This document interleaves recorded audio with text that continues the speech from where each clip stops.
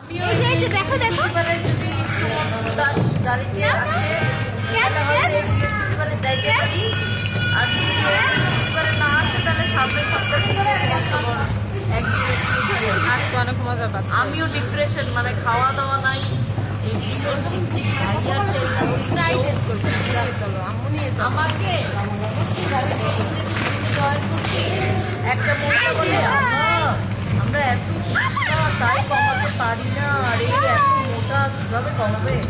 এখন সেই আমারে বলে যে তাড়াতাড়ি কিভাবে শুকাই যায়, তাড়াতাড়ি কিভাবে কমাচ্ছ, তুমি কি খাচ্ছ। তারপর আমি বলে আমি কারোর সাথে কথা বলে টাইম ওয়েস্ট করতে চাই না, সবাই আমার ভাইয়া আদর বলো, আদর। হ্যাঁ ভাইয়া ভাইয়া আদর ভাইয়া আদর আদর আদর বলো। আদর ঢাকা আসবো আগস্টের 1 তারিখে। কি মা, কি খাবার? না না, ভাইয়া যাবে 4 তারিখে। হ্যাঁ, এদিকে আবার ববি আপু নৌকার প্ল্যান করতেছে, নৌকা দিয়ে ঘুরতে যাবো।